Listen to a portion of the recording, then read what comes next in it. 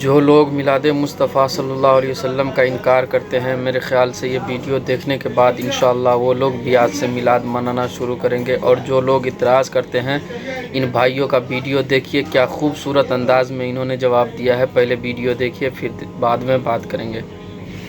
سرکار کی آمد مرحبا، دلدار کی آمد مرحبا۔ اوے بدتی، ادھر آ، بات سن۔ جی بھائی جان۔ عید کی نماز کتنے بجے پڑھنے جا رہا ہے تو؟ کون سی عید کی نماز؟ وہی عید جو تم لوگوں نے اضافی بنائی ہوئی ہے۔ اسلام میں تو صرف 2 عیدیں ہیں۔ اور تمہیں کتنی دفعہ کہا ہے اگر یہی کام کرنے ہوتے ہیں تو ہمارے محلے سے دفع ہو جاؤ۔ بھائی جان اخلاق سے پیش آئیں، میں آپ کی ہر بات کا جواب دیتا ہوں۔ اچھا یہ بات ہے تو میں تم سے کچھ سوال کرتا ہوں، اس کا جواب تمہیں قرآن و سنت سے دینا پڑے گا، چاہے اس کے لیے تم اپنے کسی بڑے مولوی کو لے آؤ۔ جی جی بھائی جان، آپ سوال کریں، اس کے لیے مجھے اپنے کسی مولوی کی ضرورت نہیں ہے، الحمدللہ میں خود ہی کافی ہوں، آپ کریں سوال۔ معاذ بھائی آپ کس بحث میں پڑ گئے ہیں؟ میں تو ابھی اس کی طبیعت سیٹ کر دیتا ہوں۔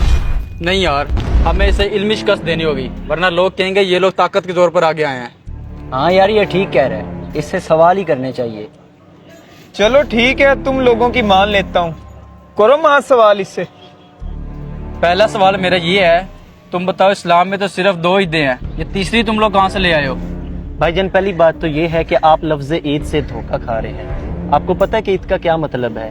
عید کا مطلب یہ ہے کہ خوشی کا اظہار کرنا، اللہ تعالیٰ کی نعمتوں کا شکر ادا کرنا۔ جیسا کہ قرآن پاک میں حضرت عیسیٰ کی قوم کے لیے آسمان سے جو دسترخوان نازل ہوا اسے بھی عید کہا گیا ہے۔ بتائیں کیا اس دن انہوں نے نماز پڑھی تھی؟ اور جمعہ بھی مسلمانوں کے لیے عید کا دن قرار دیا ہے۔ یوں تو ایک مہینے میں آپ 4 عیدیں مناتے ہیں۔ ہاں بھائی معاذ، یہ مولوی ٹھیک کہہ رہے ہیں۔ ایک منٹ بھائی، میرے بھی سوال ختم نہیں ہوئے۔ میرا دوسرا سوال یہ ہے کہ یہ تم میلاد مناتے ہو، جھنڈیاں لگاتے ہو اور لائٹیں لگاتے ہو، یہ کس صحابہ نے کیا ہے؟ بھائی جان آپ تو لفظ میلاد سے بھی دھوکہ کھا رہے ہیں۔ لفظ میلاد کا مطلب ہے پیدائش۔ کیا آپ کا اس بات پر ایمان نہیں ہے کہ حضور پیدا ہوئے ہیں؟ میلاد کی لغوی معنی یہ ہے کہ حضور کی پیدائش کا، بچپن کا، جوانی کا، کمالات کا، معجزات کا ذکر کرنا، یہ میلاد کہلاتا ہے، اور یہ تو ہر صحابی نے منایا ہے۔ او بھائی باتوں میں الجھانے کی ضرورت نہیں ہے، جو بات کرنی ہے تفصیل سے کرو۔ اچھا جی چلیں آپ تفصیل سن لیں۔ ایک بار صحابہ کرام تشریف فرما تھے اور آپس میں گفتگو فرما رہے تھے کہ نبی پاک صلی اللہ علیہ وسلم دنیا میں تشریف لائے، ہم کتنے خوش نصیب ہے کہ آپ ہم پر رحمت للعالمین بن کر آئے۔ اتنے میں نبی پاک صلی اللہ تعالیٰ علیہ وسلم تشریف لائے اور آپ صلی اللہ تعالی وسلم نے فرمایا کہ تم لوگوں کا یہ بیٹھنے کا کیا مقصد ہے، کیا گفتگو کر رہے ہو؟ تو صحابہ نے کہا یا رسول اللہ ہم تو صرف یہی باتیں کر رہے ہیں کہ آپ تشریف لائے، ہم لوگ کتنے خوش نصیب ہیں، آپ کی تشریف آوری ہوئی، آپ رحمت للعالمین بن کر آئے ہمارے لیے۔ تو نبی پاک صلی اللہ علیہ وسلم نے فرمایا کیا تم اس بات پر قسم دے سکتے ہو؟ تو صحابہ کرام نے فرمایا یا رسول اللہ ہم قسم دے سکتے ہیں، ہمارا بیٹھنے کا صرف یہی مقصد تھا۔ تو نبی پاک صلی اللہ علیہ وسلم نے فرمایا اے صحابہ میں نے تم سے قسم اس لیے نہیں لی کہ مجھے تم پر بھروسہ نہیں ہے، بلکہ اس لیے قسم لی ہے کہ ابھی کچھ دیر پہلے جبرائیل امین تشریف لائے اور انہوں نے آ کر فرمایا کہ یہ جو صحابہ آپ کے گفتگو کر رہے ہیں ان کا یہ انداز رب کو اتنا پسند آیا کہ رب فرشتوں میں فخر محسوس کر رہا ہے۔ آپ مجھے یہ بتائیں یہ جو صحابہ نے حضور کا ذکر کیا اللہ کو اتنا پسند آیا، ہم جو میلاد کی محفل میں حضور کا ذکر کرتے ہیں کیا اللہ کو یہ نہیں پسند آئے گا؟ معاذ یار کوئی اور سوال کر، مولوی تو یار ہمیں پھنسا ہی جا رہا ہے۔ پریشان نہ ہو، اب جو سوال کرنے جا رہا ہوں میں اس کا جواب تو یہ دے ہی نہیں پائے گا کبھی بھی۔ اچھا مولوی، میرا آخری سوال یہ ہے کہ جب دین ایک دفعہ مکمل ہو گیا ہے تو یہ جھنڈیاں لگانا، یہ میلاد بنانا، یہ دین میں اضافہ نہیں ہے؟ او بھائی جان آپ مجھے یہ بتائیں کہ نبی پاک کے دور میں کیا مسجدوں میں محراب ہوتے تھے؟ کیا اذانیں سپیکروں پر دی جاتی تھی؟ کیا قرآن پاک کے حروف کے اوپر زبر زیر پیش تھی؟ کیا بخاری، مسلم، ترمذی، نسائی، ابن ماجہ، ابو داؤد جن کے حوالے ہم بڑے فخر سے دیتے ہیں کیا یہ کتابیں موجود تھیں؟ کیا یہ ساری باتیں دین میں اضافہ ہیں؟ نہیں، ہرگز نہیں۔ تو پھر آپ عید میلاد النبی کو اضافہ کیوں کہہ رہے ہیں؟ میرے بھائی اصول یہ ہے کہ جس چیز کا منع نہیں نہ کیا جاتا اسلام میں وہ جائز ہوتی ہے۔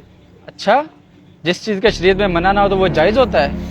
اس طرح کرو پھر تم نماز میں 2 سجدے کی بجائے 3 سجدے کر لیا کرو، کیونکہ بقول آپ کا یہ منع تو نہیں نہ ہے۔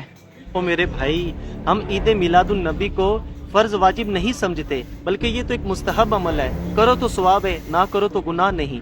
اور بھائی یہ جو آپ کہہ رہے ہیں نا کہ 2 سجدے تو تیسرا کیوں نہیں، اور بھائی وہ تو فرض ہے، میں تو مستحب کی بات کر رہا ہوں۔ اور میرے بھائی یہ جو میلاد کے موقع پر ڈھول بجاتے ہیں لنگر پھینکتے ہیں، یہ بہت غلط کرتے ہیں، ان کو ایسا نہیں کرنا چاہیے۔ اور آپ نے کچھ پوچھنا مجھ سے؟ معاذ صاحب، مولوی بالکل صحیح باتیں کر رہے ہیں، ہمیں لگتا ہے غلط بتایا گیا ہے۔ مولوی صاحب، ہم آپ سے معافی چاہتے ہیں اور آئے ہم آپ کے ساتھ مل کے میلاد مناتے ہیں۔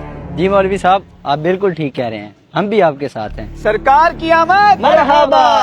جو لوگ میلاد پر اعتراض کرتے ہیں ان سے سوال یہ ہے کہ یوم صدیق، یوم فاروق اعظم، یوم عثمان غنی یہ کس صحابی نے منایا؟